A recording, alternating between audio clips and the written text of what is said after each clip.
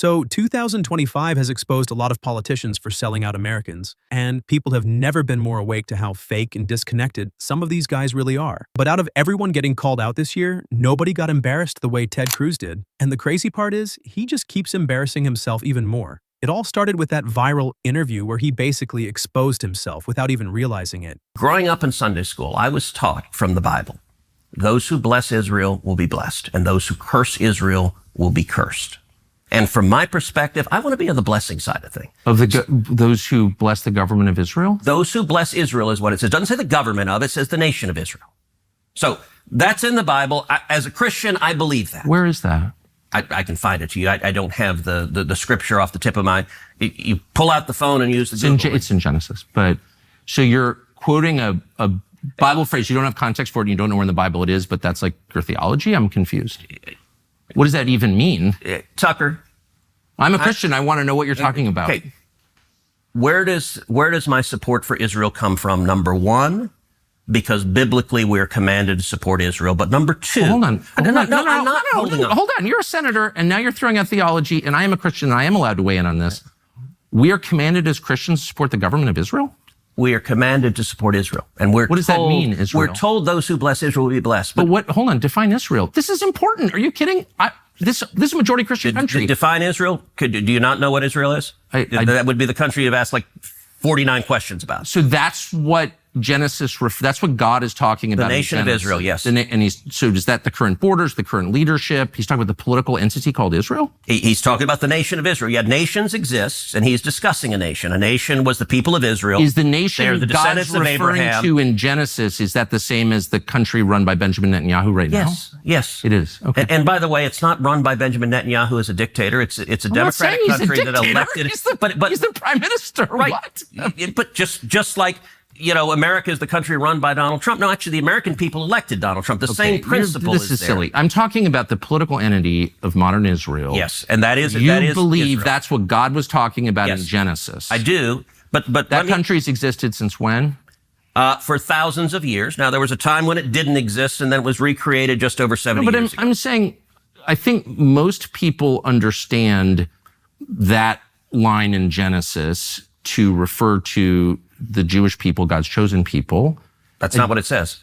Okay, Israel, but you don't even know where in the Bible it is. That one interview cost Ted Cruz more than anything.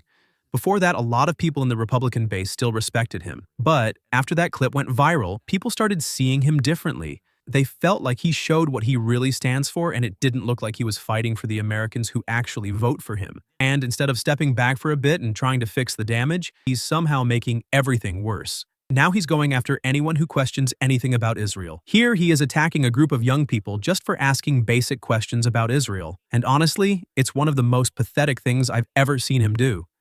Several weeks ago, J.D. Vance was down at Ole Miss at a Turning Point gathering, and one kid got up, asked this viciously anti-Semitic question. The craziest part is that the thing he's calling viciously anti-Semitic is literally just some basic questions. Just watch it and decide for yourself. I'm a Christian man, and I'm just confused why that there's this notion that we might have owe Israel something, or that they're our greatest ally, or that we have to support this multi-hundred-billion-dollar foreign aid package to Israel to cover this, to quote Charlie Kirk, ethnic cleansing in Gaza. I'm just confused why this idea has come around, considering the fact that not only does their religion not agree with ours, but also openly supports the prosecution of ours. Yeah, so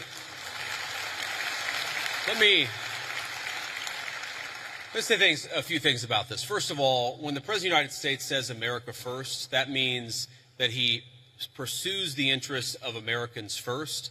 That is our entire foreign policy. And that doesn't mean that you're not going to have alliances, that you're not going to work with other countries from time to time. And that is what the president believes, is that Israel, sometimes they have similar interests to the United States and we're going to work with them. In that case, sometimes they don't have similar interests to the United States. That's basically what Ted Cruz is crying about, like the kid burned down a whole city or something. And if you keep watching, it somehow gets even worse. The most horrifying thing to me is what happened in the second later.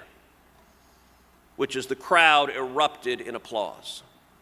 Not everybody. My guess is 20 to 30% of the kids there were applauding the viciously anti-Semitic question. A week or two later, there was another event with Eric and Laura Trump at Auburn University. A kid got up and said, "I can do even better," and asked such an anti-Semitic question, it was filled with lies. Every word of the question was a lie, including and, but, and thee. And here's another one of those vicious questions Ted Cruz keeps crying about. Just watch it and decide for yourself. I'd like to ask about your father's relationship with Israel. He's taken over $230 million from pro-Israel groups. During the summer against Iran, even though he advised against it, Israel still attacked Iran, and the U.S. still bombed on behalf of Israel.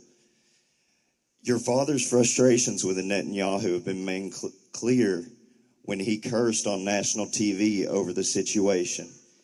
Israel has not been a great ally to the U.S. all the way since 1960 when they bombed the USS Liberty. Israel is a nation where Christians are constantly under attack in both Gaza and the West Bank. We talk about America first and defending Christians, but how can we do this if we align ourselves with a nation that does not do that itself?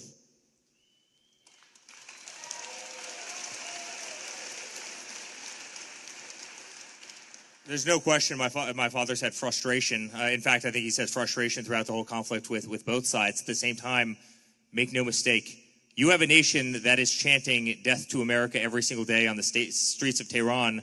You have a nation that will develop a nuclear weapon, and you have a nation that will use that nuclear weapon against the Western way of life. There's no question about it. You have a nation that will use proxies around the world, whether it's Yemen, whether it's a lot of other ones, to inflict serious harm on this nation, and they don't hide it. In response to the nukes from Iran, Israel has nuclear weapons and is not a part of the IAEA, unlike Iran. And it's just sad to see, because I've never seen the American president get treated the way he does by the Israeli government. Here's what I'll add. Do we or do we not have phase one of a peace agreement in the Middle East right now? For someone who hasn't seen these clips, Ted Cruz makes it sound like these kids are out here doing something really horrible. And again, instantaneously, the reaction was the same. 20 to 30% of the kids began cheering. Now, here's the warning sign to hear. This was not a gathering at Berkeley. This was not a gathering at Yale. This was at Ole Miss and Auburn. These are a bunch of big old frat guys that are just looking to make a friend on Saturday night, who have heard the message. We are such a team. We're so polarized. We're so bifurcated that what worries me is young people that get the message, oh, our team, we hate Israel.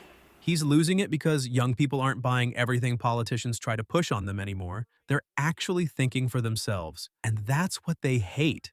Make sure to subscribe for more content like this.